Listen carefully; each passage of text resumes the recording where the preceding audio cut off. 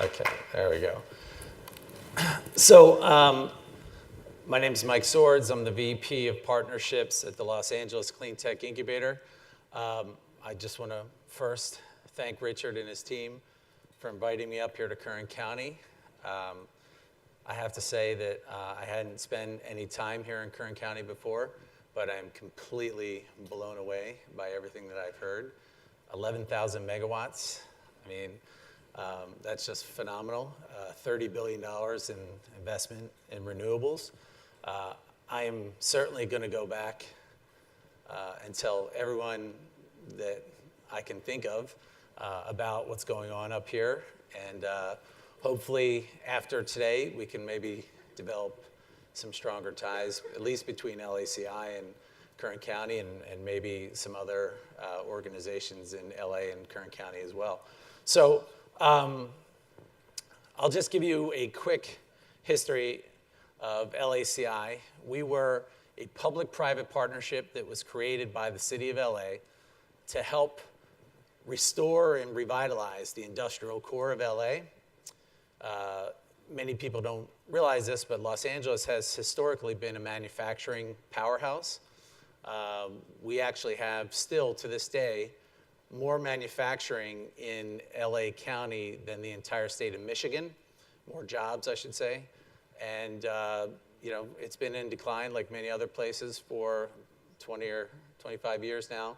And so former Mayor Antonio Villaraigosa, about 6 years ago, tasked his economic development team with coming up with a strategy to leverage the assets that they have in the industrial core and find new industries that could set up shop in that area.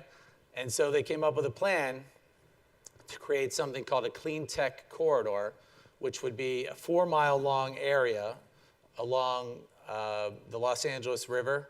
There is a river in LA, believe it or not.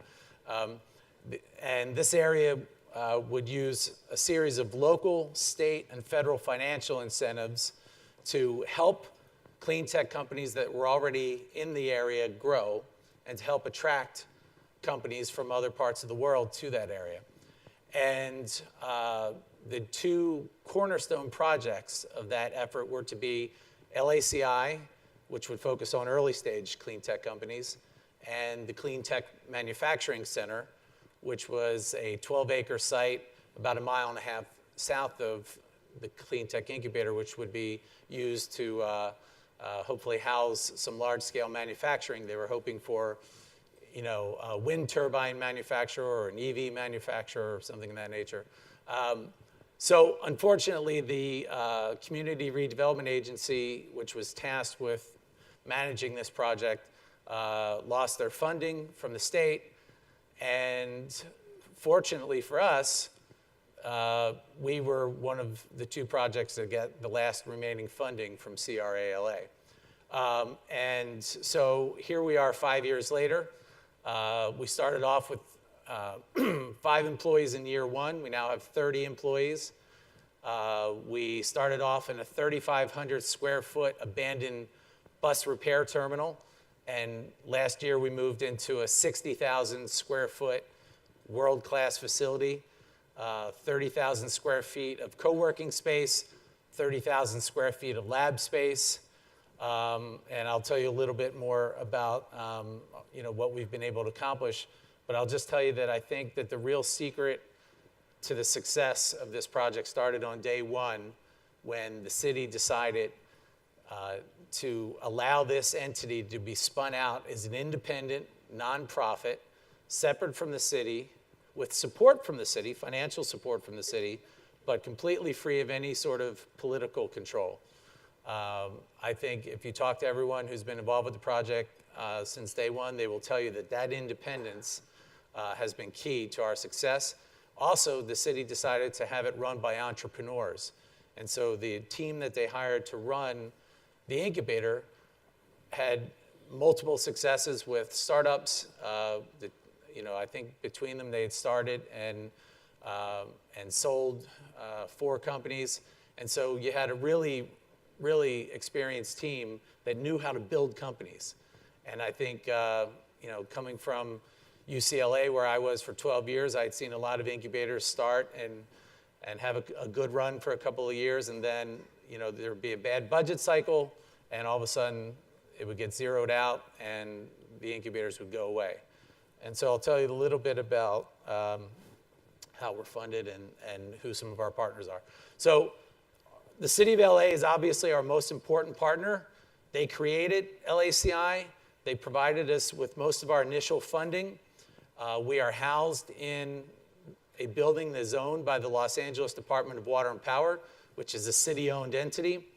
But we also have a lot of other really important strategic relationships.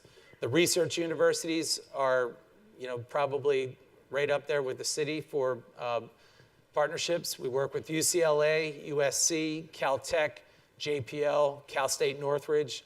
We talk to those universities on almost a daily basis. We have their students interning in our building. We have their faculty spinning out companies from the universities and coming down to the incubator. We've done major grants with the universities. It's really just an incredible strategic partnership. We also have strong relationships with the County of Los Angeles. LA County just provided us a $3 million backstop to apply for the Regional Energy Innovation Cluster grant that we won from the state of California through the California Energy Commission. So that was really just an incredible win for us and for the region. We work with the state of California. As I noted, we just received a $5 million grant from the CEC. We work with the federal government. We've had an incredibly strong partnership with the Department of Energy and the Small Business Administration. We've won several large grants from the federal government. We recently took over management of PortTech LA, which is another city-owned Cleantech incubator focused on maritime technology and goods movement. We also have strong relationships with some of the biggest utilities in the country. LADWP is the biggest public utility in the country, and they're probably our most important partner. SoCal Gas is one of the largest gas providers in the country. Metropolitan Water District provides water to 26 million people every day. You name it, across the board. Southern California Edison has been a big partner of ours. We also work with some of the biggest financial institutions in the world. So JP Morgan has given us significant financial support over the last few years. They just awarded us a $200,000 grant to expand our diversity and inclusion initiatives. We have also received significant support from Wells Fargo.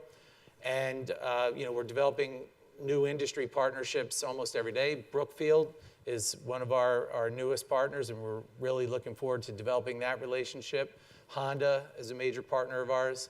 And so we really believe that you can't do this on your own. You need to build a strong network. It's obviously a public-private partnership, but you really need to expand beyond the traditional understanding of public-private partnerships. You need help from industry. You need help from government. You need help from the universities, from the utilities. You really need to develop as strong and robust a network of partners as possible. So funding. Obviously, we like to say vision without funding is a hallucination. And so I think the diversity of our funding streams has probably been our biggest source of resilience. As I noted earlier, there are a lot of incubators and innovation-focused organizations that are really too heavily dependent upon one or two key sources of funding. We're getting funding from all these sources here. I already talked about most of them, so I won't go through all of it, but I'll just tell you that one of our biggest sources of new revenue is helping other municipalities in other regions develop their own innovation ecosystem. And so we were hired by Cal State Northridge to build an incubator at CSUN. It's just wrapped up its third year. We're moving into our fourth year. It's called LACI at CSUN. We were hired by Mexico City to help them build an incubator there. That was a partnership that was brought to us by Mayor Garcetti, and he took us on a trip with him to meet Mayor Miguel Mancera, and now we're partnering with Green Momentum to build an incubator there. We're working with GE and the World Bank to develop an incubator in Addis Ababa, Ethiopia. And we're talking to several other partners in the Middle East and other places about helping them build their own innovation ecosystem modeled after ours. In terms of fees for our tenants, we charge $500 a month to be part of our portfolio. We charge $500 for each desk that each company needs. Some companies only need 1 or 2 desks. Some need, 15 or 20. And then we take a 2 to 5% equity stake in our companies in the form of warrants. So we don't actually put any cash into our companies yet. We put our sweat equity into the companies, but we are developing a $30 million fund, which we're hoping is going to close fairly soon. And so we will start putting our own funding into our companies. We've helped our companies raise close to $80 million so far in capital. And so, that may not sound like a lot of money to, some of these companies that have created apps that have gone on to, be sold for $500 million or so. But it's pretty important in a very challenging environment, because Cleantech is hard and Cleantech is challenging. And so the amount of money that we've helped our companies raise has been pretty significant. So I think the other secret sauce for LACI's success is the coaching and mentoring that we provide.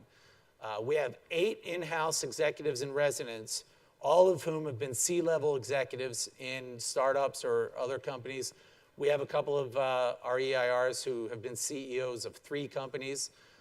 They've all done well financially, and so we don't have to pay them a whole lot of money. Most of them do this because they're mission-driven, or because they really just believe in what we're doing, or in some cases, they do have a financial stake in some of the companies. We're fine with that. We actually meet a lot of our executives in residence because they're part of angel groups that have invested in some of our companies. And these EIRs will sit down every week and every month and every quarter and go over every statistic, every metric that is important to the companies. They will hold their feet to the fire and make sure that they are hitting all their goals. They give them some tough love. And if you talk to our portfolio companies, they'll tell you that that is the single best thing that they get out of being in the incubator. The space is cool. The space is beautiful. Having access to the laboratories is great. Access to investors is great. But getting that kind of hands-on, high-touch coaching and mentoring is really just incredible for these companies. We provide a lot of in-house services for our companies as well. For the price that they pay to be part of the incubator, they get access to exponentially more value in terms of the services that we provide. So I won't go through all these services, but you can get an idea there of how we help these guys on a daily basis. Right now, within the incubator, you'll find a lot of energy companies. We're still very energy heavy, but we've launched an initiative called the Technology Cluster Initiative that is designed to help us identify companies in many other sectors and help bring them to LACI. So we now have an agriculture cluster. We have a waste cluster. We have a building, what do we call it? The built environment cluster. We have a transportation cluster. And I think probably our most significant and fastest growing cluster is the water cluster. We're identifying companies from all over the world, from Israel, South Africa, Australia, and we're bringing them here to Southern California, and we're hoping that they're going to provide technology solutions to a lot of water providers here in the state. Talked about that a little bit already. So here's our results. We've been in operation 5 years as of October. We've helped 60 companies that have come through the portfolio. We currently have 40 companies in the portfolio. 29 of them are physically located in our campus. We also have a campus in CSUN, as I mentioned, and we have a campus in Silicon Valley in Redwood City.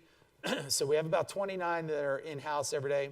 We've helped our companies raise almost $80 million. The city of LA estimates that we've created directly or indirectly over 1,200 jobs. That translates into about $230 million in economic value. Our companies are projected to do close to $70 million in revenue this year. And we've also expanded our mentoring services outside of just the in-house executives and residents. So we have over 100 mentors and advisors that we can call upon on an ad hoc or as needed basis to help our companies on any given day. So we don't pay these mentors and advisors. Most of them just do it because they want to support our efforts. But they're free to develop a business relationship with the companies once we make the introduction. We have 3 satellite campuses now that I mentioned. And I think one of the coolest things about LACI is that we are a local economic development play that is now having a global impact. And I'm going to talk to you a little bit about that. The most tangible proof of this impact is the creation of what we call the Network for Global Innovation. We've linked up 17 campuses or 17 organizations all over the world. They're all incubators, accelerators, or other innovation-focused organizations. And so LACI is donating our time, energy, and resources to help build this network. So we're hosting weekly and monthly conference calls with these organizations. We're hosting events with them. We've created something called a landing pad, which is where we provide space in our incubator for companies from overseas that are interested in entering the US market, particularly California. And in kind, they have to provide reciprocal arrangements so that if one of our startups is interested in going into a country like China, where we have 5 partners, that organization has to provide space and access to all the same services that their companies have access to. And this has really just taken off like wildfire. Right now, we have 6 companies from Korea that are in the incubator for a 2-week program. This summer, we hosted a group from Israel, 5 companies. We have a group from Latin America that came up in the spring, 10 companies. Finland is sending 10 companies in January. Germany's going to have, I think, 15 companies coming in the spring. And so we're really doing our best to tie the global innovation community together. And I'll talk to you a little bit more about that. So all these efforts have paid off, as Richard noted. UBI evaluated 1,200 incubators around the world, and they, last November, selected LACI as the number 3 university-associated incubator in the world. And what's interesting about that is that the current campus that we inhabit, the La Cretz Innovation Campus, was not factored into the criteria that they use to evaluate the incubators. So we're pretty hopeful that we might do a little better in the next ranking. We've also attracted a lot of attention from Washington, D.C. We've hosted 10 of President Obama's cabinet officials over the last 2 years. We've also had visits from Vice President Joe Biden. We had the Premier of Ontario visit. And so there's a lot of interest from D.C. in taking what we've done and emulating it throughout the country. And DC also is interested because they've probably put about $30 million from the Economic Development Administration into the development of our campus.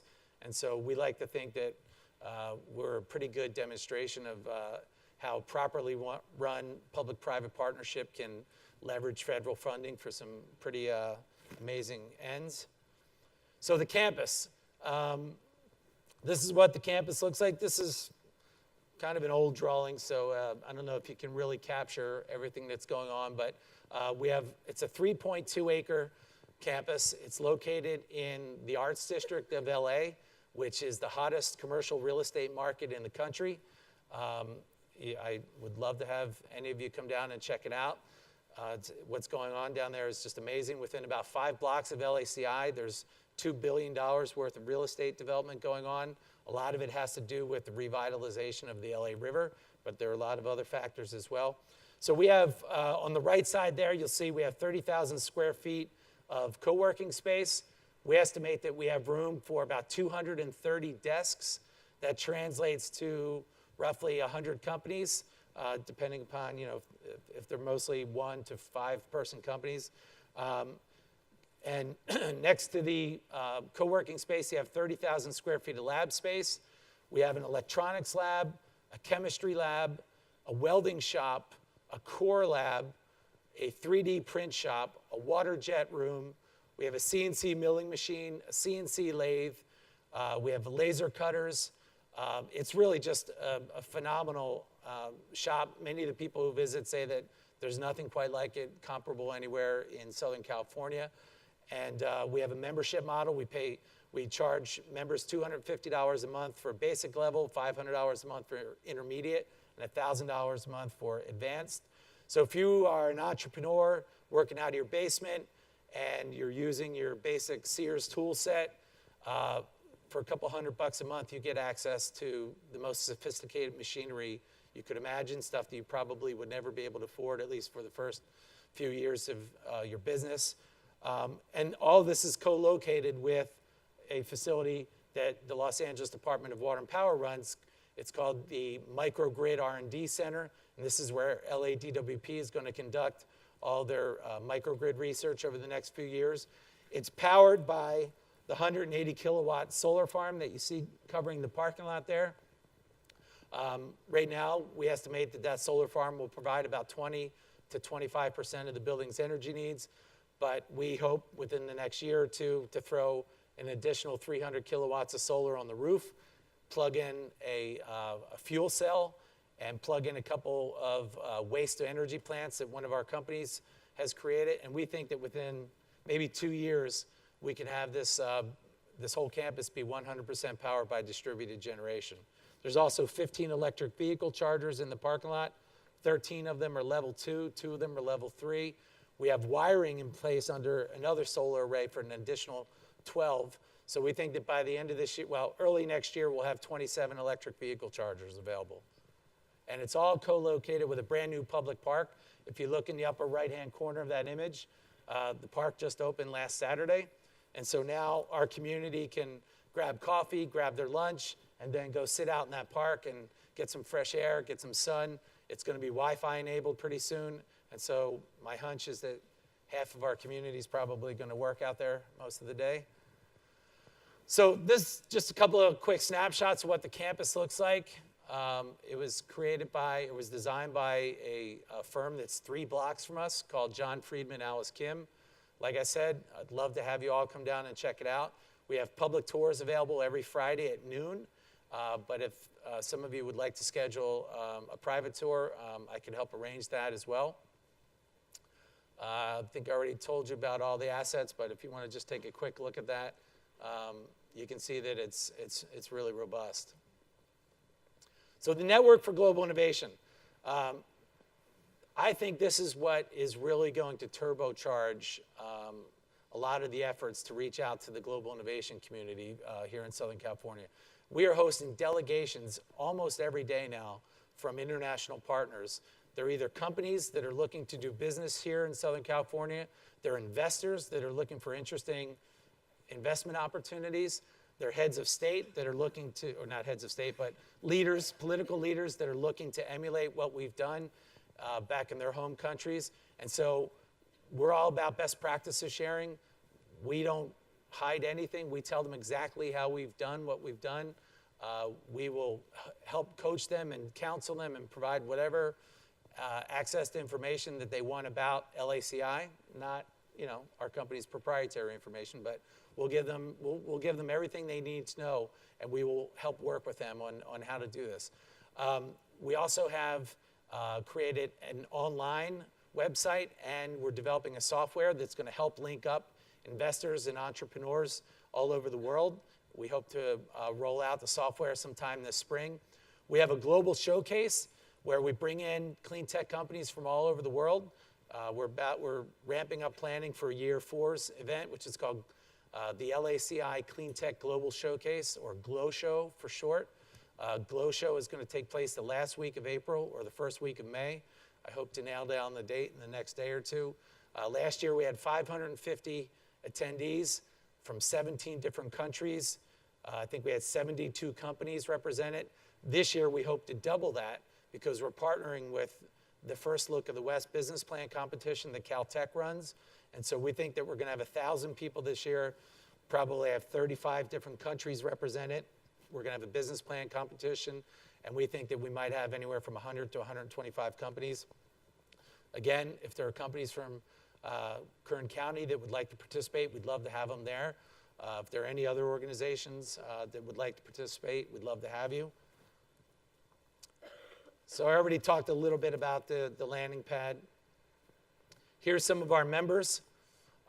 As you can see, it's pretty European heavy right now, but we're expanding pretty rapidly into Asia, the Middle East, and now we have our first partner in Africa. They're not up on this list yet, but we think that over the next year, we're going to double the size of this organization. And so, we're hoping to work with the new administration as much as possible on utilizing relationships with the State Department and other federal governmental agencies that do work in some of those countries. So this is just a little bit about what we're doing in Mexico City.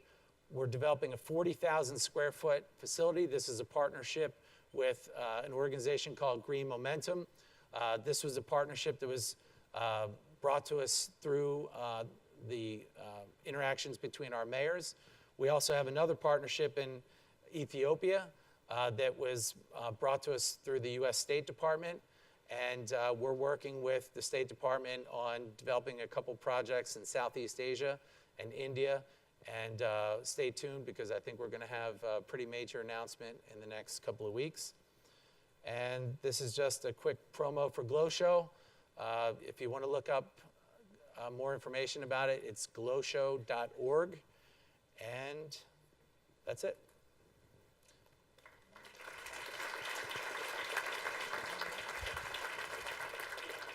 I'd be happy to take questions.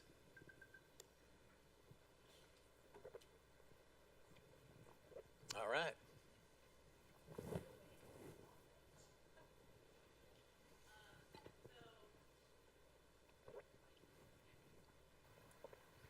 Any companies from Eastern Europe yet, aside from Finland? No, not that I'm aware of. Okay, cool.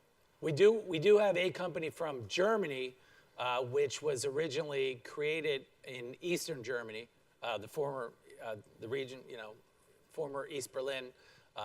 They are one of our most promising companies, but they're based now in the U.S. They're using LACI as their North American headquarters. When they came to us a year ago, they were doing $1 million a month in revenue, so they were already pretty well established. Now they're doing about $2.2 million a month in revenue just a year later, so they're really taking off. They make a waste-to-energy plant. It's called N-Trade, and they can burn 125 different kinds of biomass. And we have at least one, and I think we're going to probably have 2 or 3 of their systems set up at our campus to help demonstrate. They're selling them all over the UK. They're going to install 125 units in the UK, and they have projects in Uganda to set up out in rural Uganda. They're going to work with the Pamoja Foundation. So, yeah.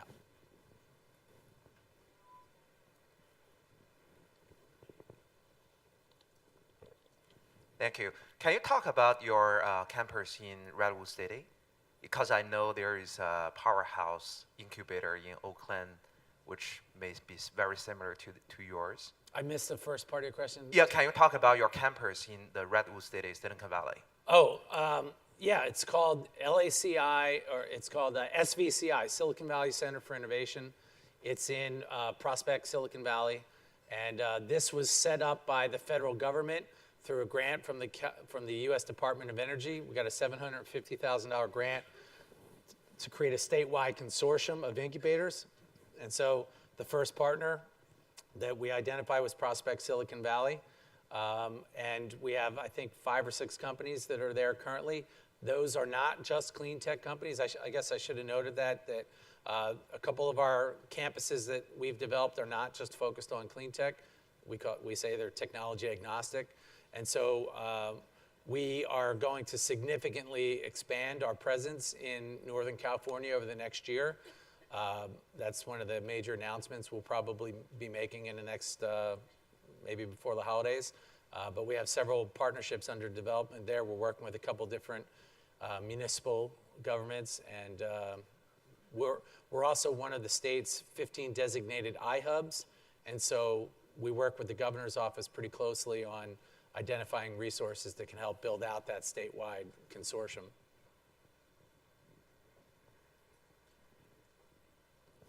Over here.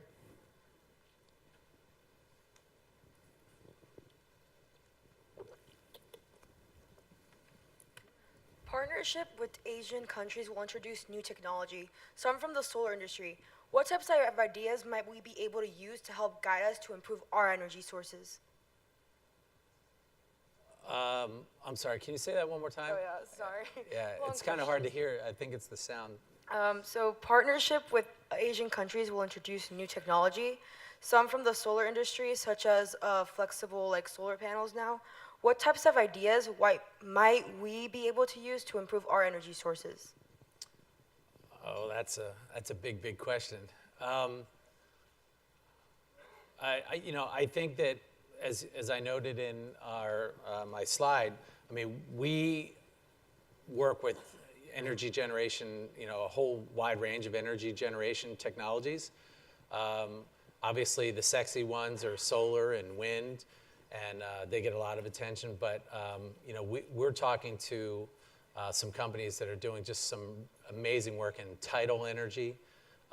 We're talking to companies that are generating energy through the flow of water.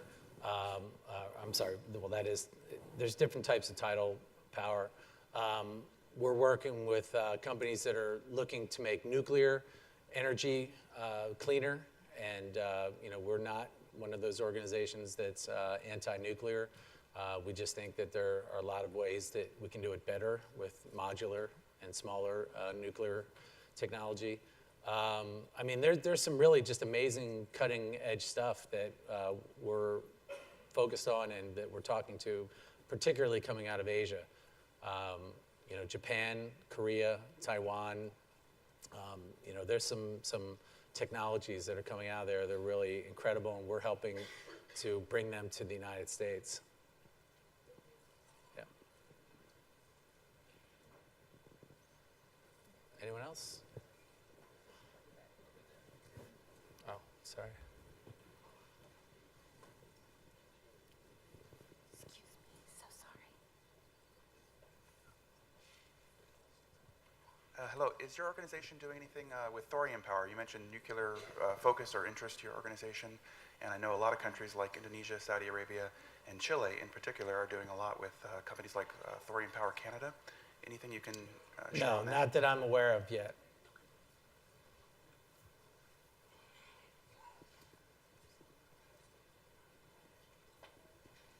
Oh, over here? Excuse me.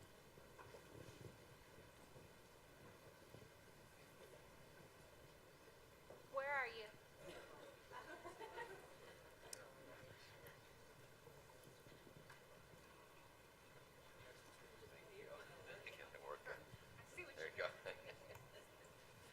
So I was curious, it looks like you have great facilities and attract a lot of innovative entrepreneurs.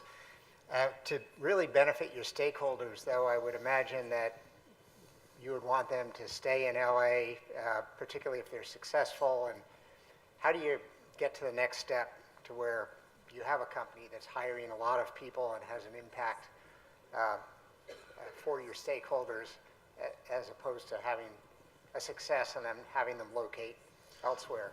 That's a great question. I mean, that's been one of LA's problems historically, is that there have been a lot of great companies that have been started, particularly coming out of the research universities, and LA hasn't done a very good job of keeping them local. They've gone off to Boulder or Berkeley or Arizona and other places, Kern County. So we are working very closely with the city on finding ways to keep companies local after they leave the incubator. Fortunately, Cleantech is so hard that our companies tend to stay in the incubator for a long time. We make a 5-year commitment to all of our companies from the day they sign up to be a portfolio company.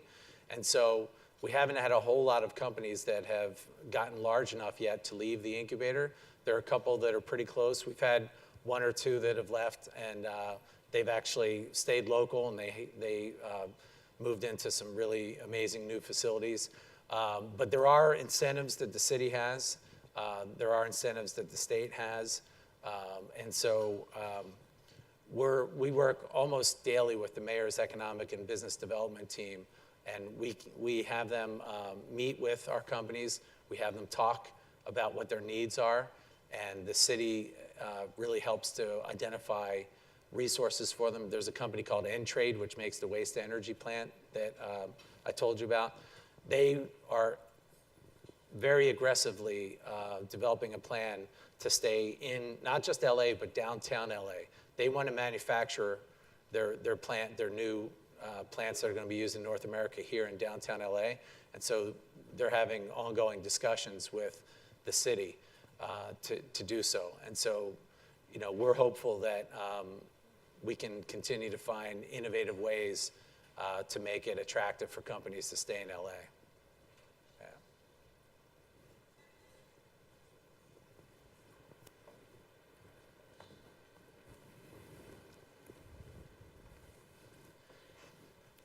Thank you so much. I work for a youth empowerment organization that is based in Los Angeles. And I'm curious, so much of the conversation in the area is about engaging young people, specifically K through 12, in that STEM education or even the STEAM education. I'm curious how the incubator works with youth organizations in the area, or the companies that are part of your incubation engages that in order to help create that progression. That's a great question. And we have launched just in the last 3 months 2 different initiatives to help engage youth. We have a 40-person classroom and a 32-person classroom in our training center.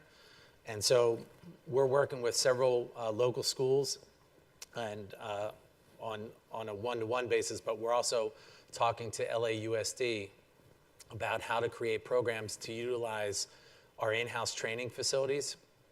And so I'll just give you an example. Last week, I gave a tour to 30 students from St. Michael's, which is a Catholic school located down in Crenshaw.